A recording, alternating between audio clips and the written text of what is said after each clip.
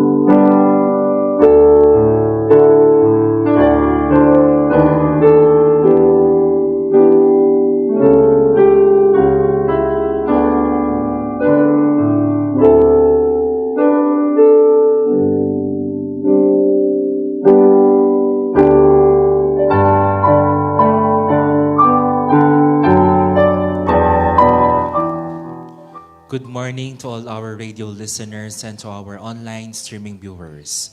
We celebrate today the Holy Mass for the Monday of third week of Lent.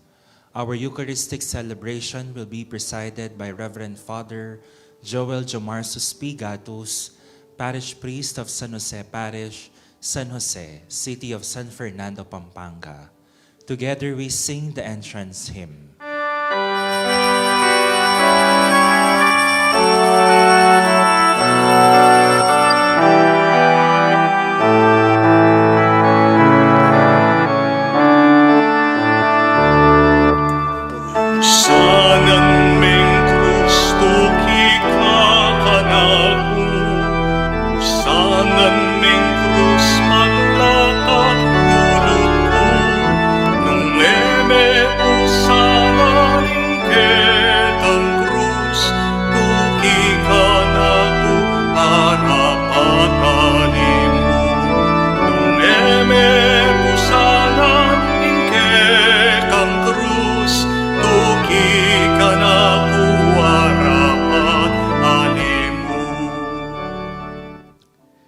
In the name of the Father, the Son, and the Holy Spirit. Amen.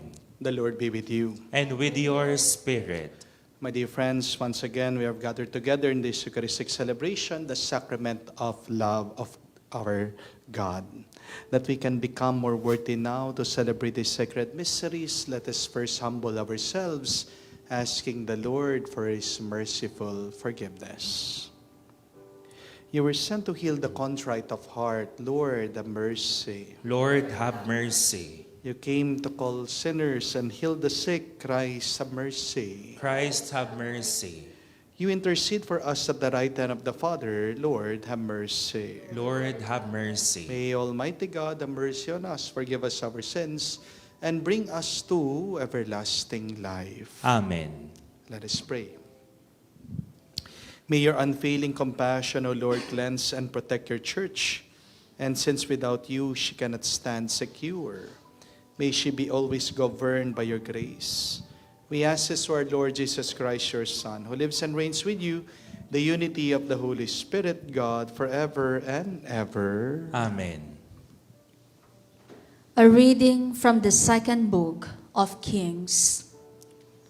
Naaman, the army commander of the king of Aram, was highly esteemed and respected by his master, for through him the Lord had brought victory to Aram.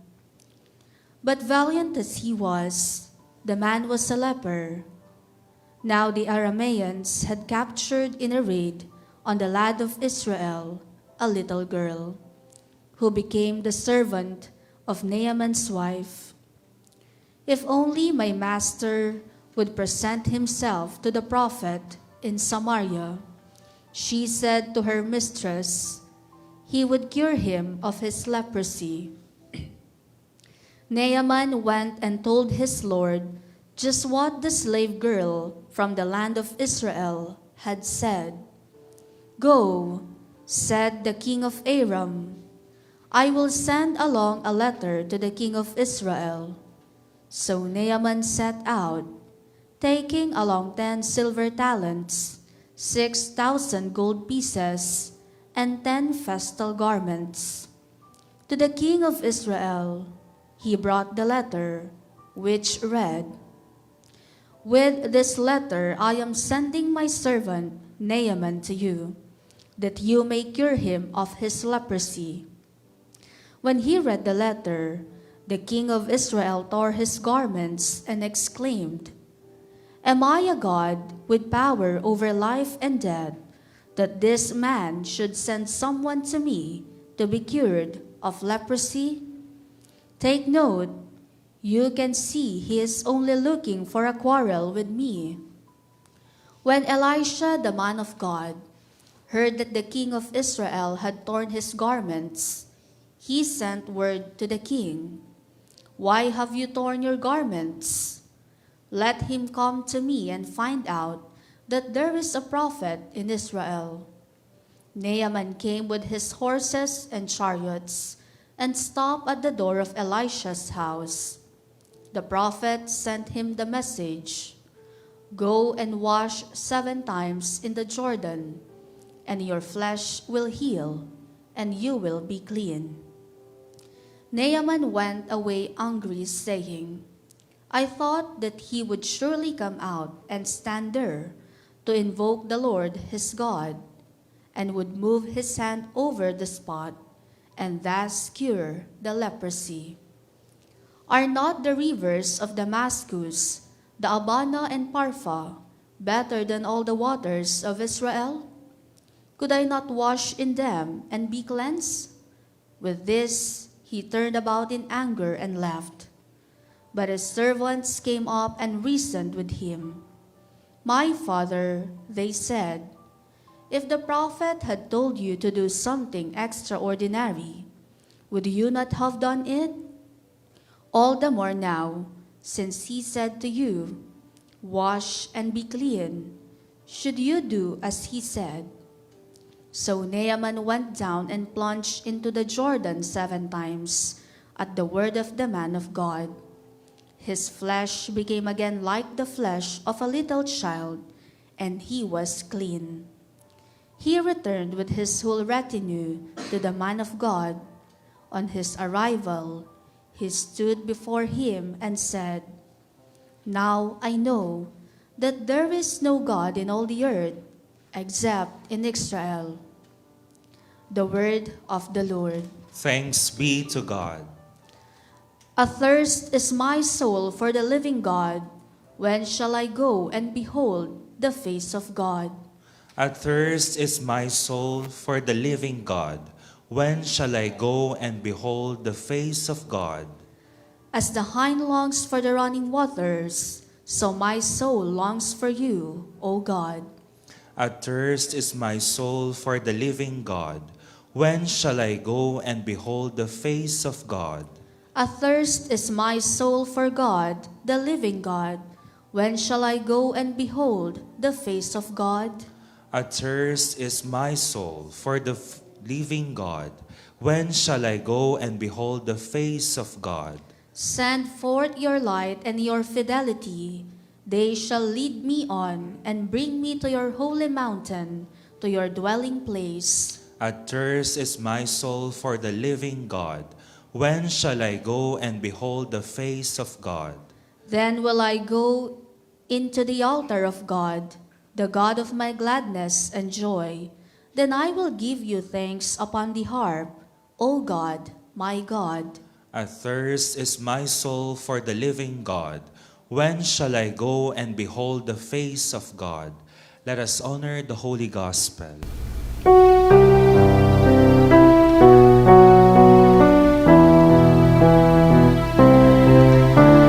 Glory and praise to you, O Lord Jesus Christ. Glory and praise to you, O Lord Jesus Christ. You have stilled our hearts, and now we listen to your word. Glory and praise to you, O Lord Jesus Christ. The Lord be with you. And with your A spirit. reading from the Holy Gospel according to St. Luke. Glory to you, O Lord. Jesus said to the people in the synagogue at Nazareth, "Amen, I say to you, no prophet is accepted in his own native place. Indeed, I tell you, there were many widows in Israel in the days of Elijah, when the sky was closed for 3.5 years, and a severe famine spread over the entire land. It was to none of this that Elijah was sent, but only to a widow in Zarephath in the land of Sidon. Again, there were many lepers in Israel during the time of Elisha the prophet. Yet none one of these was cleansed, but only Naaman the Syrian. When the people in the synagogue heard this, they were all filled with fury. They rose up, drove him out of the town, hill, on which their town had been built, to hurl him down headlong. But he passed through the midst of them and went away. My dear friends, the good news of salvation. Praise to you, Lord Jesus Christ. Magandang araw po muli sa inyong lahat. Magandang araw po, Father. Meron pong isang kwento tungkol sa isang pari, nilapitan daw siya ng isang babae. At sabi nitong ale, Father, bakit kapag nag-homily kayo, parang akong pinaparinggan nyo? At tanong ng pari, ano pong homily? At sumagot itong ale, sabi niya, yung tungkol po sa chismis. Parang pag tinutukoy nyo yung topic nyo tungkol sa pagchichismis, ako yung sinasabi nyo. Ako yung pinariringgan nyo, akong pinatatamaan nyo. At sumagot po itong pari, sabi niya, bakit po? Chismosa ka ba? At tumahimik ang babae. Umalis siya. Ano po sa tingin niyo? Tinamaan ba? Mga kapatid, tanong lang po, pikon ka ba? Madali ka bang ma-offend sa iba? Kung pikon ka at madali kang magalit, ito po ang gusto kong tandaan ninyo. Itong gusto kong unawain niyo. Para mapikon ka, kailangan pahalagaan mo ang opinyon ng ibang tao tungkol sa iyo. Para magalit ka, dapat dibdibin mo yung sinasabi nila tungkol sa iyo. So remember that. To be offended, you must value the opinion of other people about you. To be offended, you must put into heart what others are saying about you. Hindi ka mapipikon kung hindi mahalaga ang opinyon ng iba tungkol sa iyo. Amen? Hindi ka agad magagalit kung hindi mo naman didibdibin yung sinasabi nila, ipapasok mo dito, ilalabas mo doon. Kaya nga, totoo yung kasabihan ang pikon ay laging talo. Kaya nga po, mag-ingat kayo mga kapatid dahil ginagamit ng demonyo ang pagkapikon natin para ilayo tayo sa tawag ng Diyos. Understand this. Offense is a trap of the evil one to derail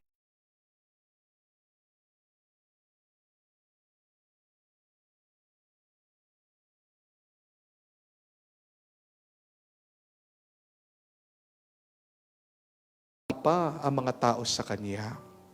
Pero nagalit sila kay Jesus noong katotohanan na ang sinasabi Niya. Kaya nga, sabi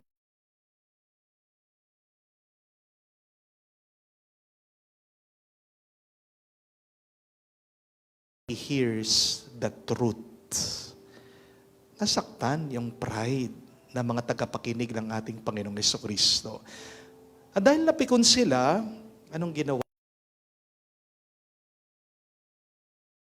Doon sa burol at gusto nilang itulak. Gusto nilang patayin. Isipin niyo po yun, dahil sa pagkapikon nila, muntikan pa nilang patayin ang anak ng Diyos. Mga kapatid, tandaan niyo ito, kapag nasaktan ang pride mo, nawawala ang tamang pag-iisip mo. When pride is hurt, your mind becomes hurt. Your mind starts to think, how can you hurt other people back? Sa unang pagbasa po, narinig naman natin ang kwento ni Naaman, isa pong makapangyarihan na general. Pero may sakit ito pong Naaman, itong general, may ketong siya. At sinasabi ng propeta, Elisha, maligo ka sa Jordan River ng 7 beses. Baka hindi niyo po alam, kung hindi pa kayo nakapunta sa Holy Land, wala naman pong special sa Jordan River. Actually, madumi nga po, maputik. Hindi po malinaw ang tubig. Kaya maiintindihan natin yung feelings na ramdaman ni Naaman. Nagalit daw siya, napikon siya. Sabi niya, akala ko lalabas ang propeta, magdadasal siya at gagawa siya ng isang milagro himala sa akin. Nainsulto daw siya kasi bakit doon pa sa maduming ilog siya maliligo? Ang dami pa naman ibang mas magandang ilog na pwede niyang puntahan. Pansinin niyo, dahil sa kanyang galit, pagkapikon, halos hindi siya gumaling sa kanyang sakit. Ang pride, ang muntikan ng pumigil sa kanya para makatanggap siya ng pagpapala at bendisyon sa Diyos. Buti na lang, meron nagsabi sa kanya, kung mahirap yung ipapagawa sa iyo, gagawin mo. Napakasimple na lang nga ng pinapagawa sa iyo. Bakit hindi mo pagawin? At nang nagpakumbaba siya at nang sumunod siya, gumaling nga siya sa kanyang sakit. Luminis daw ang kanyang balat at parang naging balat siya ng isang bata. Mga kapatid, ito po ang problema. Minsan, hindi tayo pinapagaling ng Diyos, hindi dahil hindi niya gusto. Hindi tayo gumagaling sa ating sakit, maaaring dahil pikon tayo. Maaaring hindi ka pa nakakatanggap ng iyong mga blessings at mga biyaya, hindi dahil masama ang Diyos, kung hindi dahil masama pa ang iyong loob, may kataasan ka, may pride ka. Aminin natin, napipikon tayo minsan sa payo ng ibang tao, sa katotohanan, sa koreksyon ng ibang tao. Kaya tandaan natin ito, kapag meron kang pride, palagi kang mapipikon. Pero kapag napagkumbaba ka, kapag humble ka, hindi ka madaling magagalit. Ang taong punong-puno ng pride, konting salita mo lang, sasabog na yan. Pero ang taong marunong magpakumbaba, kahit na magsalita ka laban sa kanya, ngingitian ka lang niya. Kaya nga po mga kapatid, kung gusto mo talagang sumunod sa Diyos, huwag kang masyadong pikon. Sabihan mo, paalalahanan mo yung katabi mo, bawal ang pikon. Bawal ang pikon. Huwag mong gagawing sentro ng buhay mo ang opinyon ng ibang tao. Ang mahalaga, hindi ang sinasabi ng iba tungkol sa iyo, ang mahalaga ay kung ano ang tingin at sinasabi ng Diyos tungkol sa iyo. Amen? Maganda pong pagmunihan ngayon. Who has offended me? Who is that person who irritates me? This is the person that is blocking my blessings. Kanino ba ako napipikon kaya hindi ko naririnig ang tawag ng Diyos? My dear friends, we are challenged today. Be quick to forgive. Be willing to cast offense away. Do not let anger linger or stay in your heart. And please, stop becoming better. Stop becoming bitter in your life. Kasi kung alam mo ang tunay na mahalaga, hindi mo hahayaan na manatili yung galit sa iyong buhay. Dahil ang galit palaging naninira. Ang galit ang palaging naglalayo sa iyo sa Diyos. Kaya mga kapatid, tandaan niyo po, kung mas mahalaga sa iyo ang opinyon ng ibang tao, madali ka mapipikon, hindi ka matatahimik sa iyong buhay. Pero kung mas mahalaga sa iyo ang opinyon ng Diyos, magiging matatag ang puso mo. At kapag matatag, matibay ang iyong loob, kahit na merong magsalita laban sa iyo, kahit na merong manira sa iyo, kahit na may mag-insulto sa iyo, ngingiti ka lang. At sasabihin mo, Lord, ikaw ang nakakaalam ng laman ng puso ko. Kaya manatili tayong nagpapakumbaba, tahimik tayo sanang sumunod sa Diyos, at magiging maganda ang ating buhay, magiging malusog ang ating katawan, at magiging payapa ang ating loob ngayon at magpakailanman. Amen.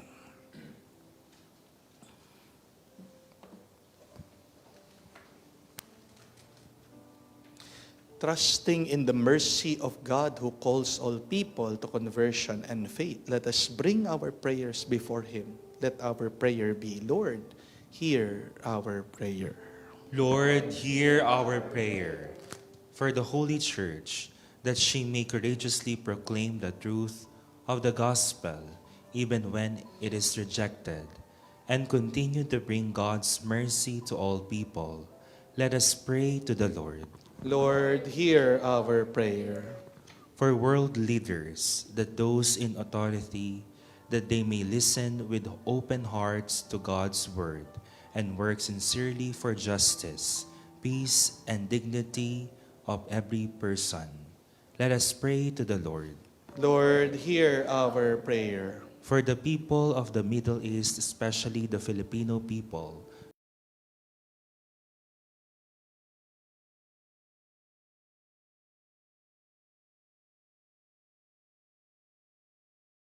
peace and reconciliation. Let us pray to the Lord. Lord, hear our prayer. For those who experienced rejection, discrimination, or misunderstanding, that they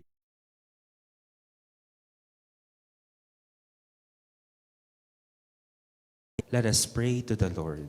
Lord, hear our prayer.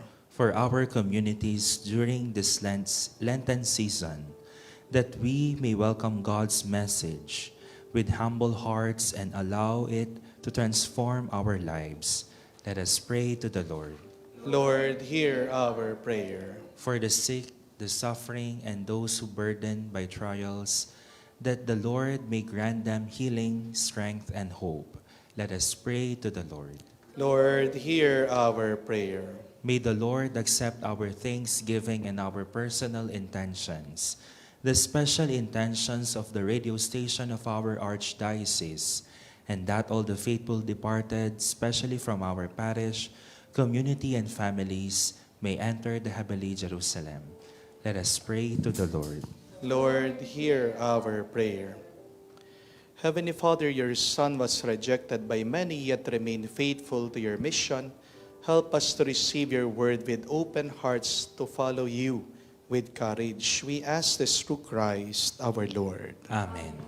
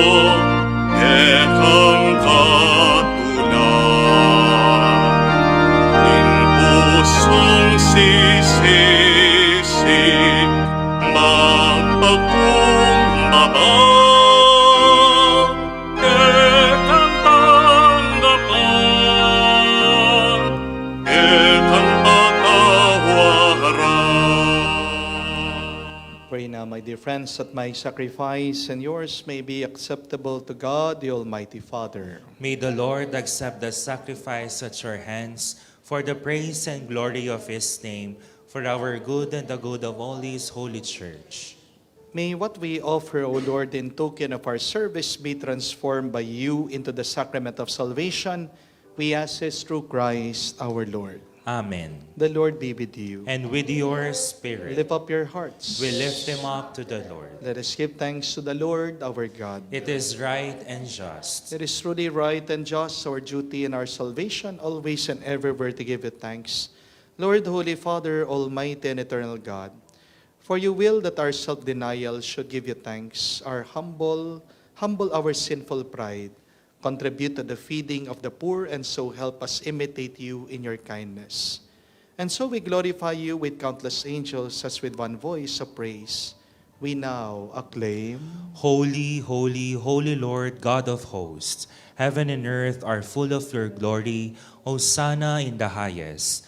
Blessed is he who comes in the name of the Lord. Hosanna in the highest. You are indeed holy, O Lord, the fount of all holiness. Make holy, therefore, these gifts, we pray, by sending down your Spirit upon them like the dewfall, so that they may become for us the body and blood for our Lord Jesus Christ. At the time when he was betrayed and entered willingly into his passion, he took bread and giving thanks, broke it, gave it to his disciples, saying, "Take this, all of you, and eat of it, for this is my body which will be given up for you."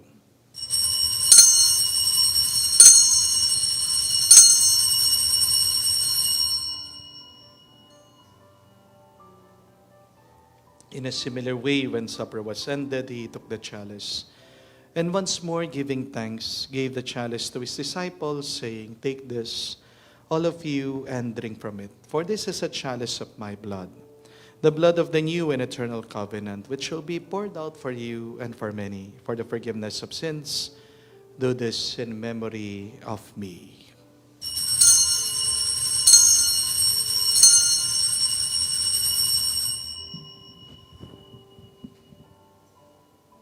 The mystery of faith. When we eat this bread and drink this cup, we proclaim your death, O Lord, until you come again.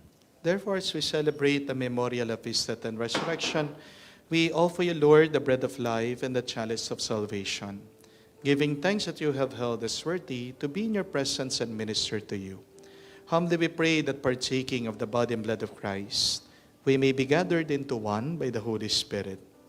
Lord, remember your church spread throughout the world. Bring her to the fullness of charity.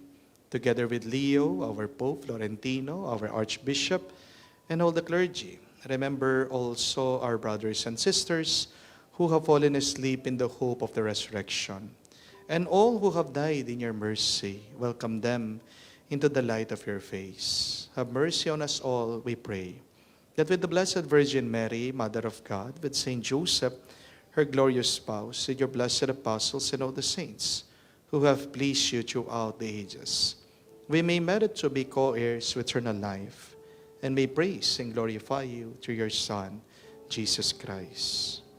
Through him, with him, in him, O God, Almighty Father, in the unity of the Holy Spirit, all glory and honor is yours forever and ever. Amen, amen, amen, amen,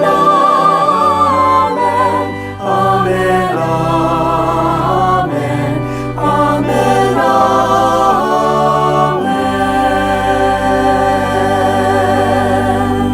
Full of trust and confidence, our loving Father, let us now pray to the words that Jesus taught us.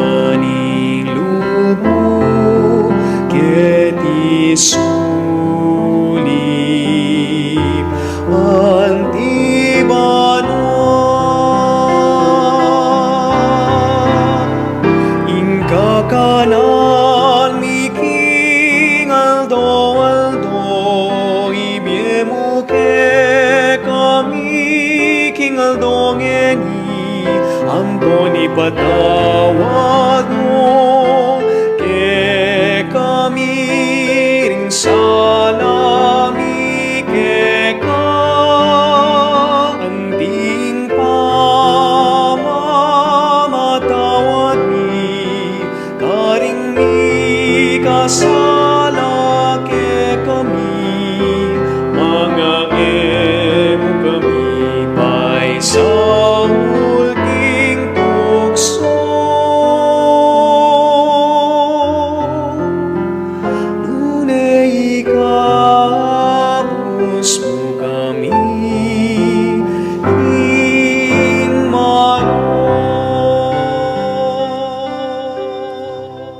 us, Lord, we pray from every evil, graciously grant peace in our days, that by the help of your mercy we may be always free from sin, safe from all distress as we await a blessed hope, and the coming of our Savior, Jesus Christ. For the kingdom, the power, and the glory are yours, now and forever. Lord Jesus Christ, said to your apostles, peace I leave you, my peace I give you. Look not on our sins, but on the faith of your church, and graciously grant her peace and unity in accordance with your will. For you who live and reign forever and ever. Amen. The peace of the Lord be with you always. And with your spirit. Let us offer each other the sign of peace. Peace be with you, peace be with you, peace be with you.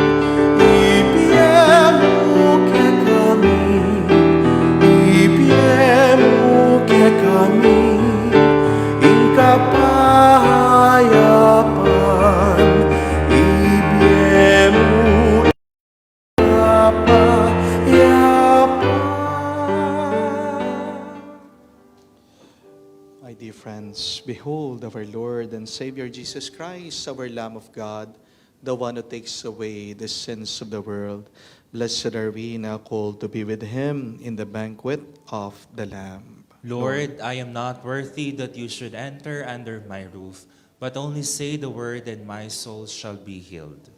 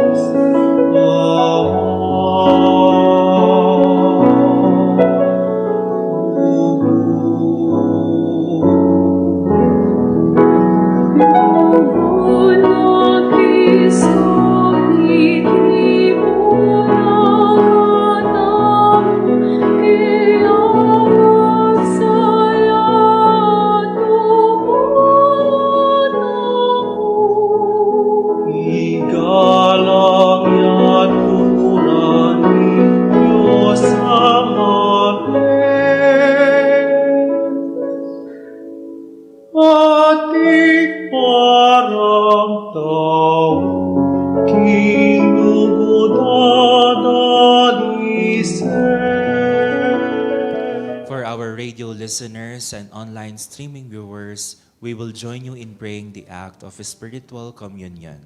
My Jesus, I believe that you are present in the most holy sacrament.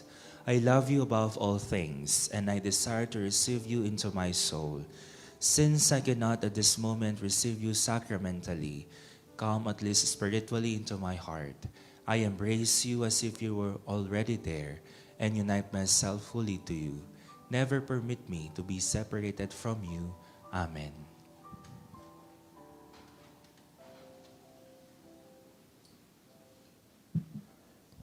Let us pray.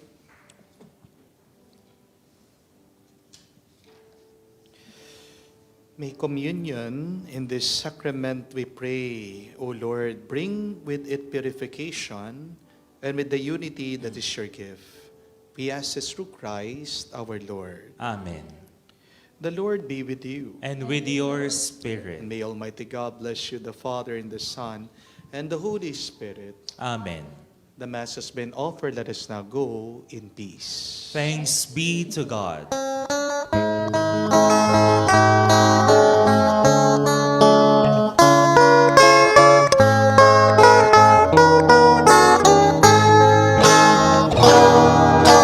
Itiyaing panahon,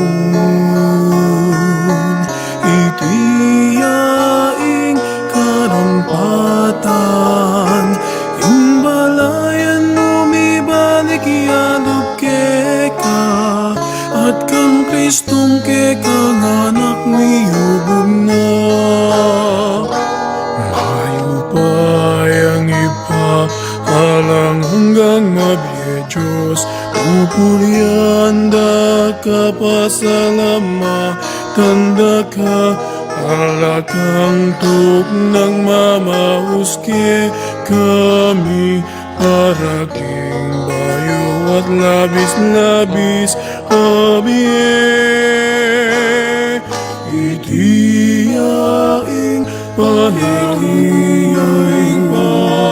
itiyaing karampatan, imbalayan lumibalik yadog keka, at kang Kristo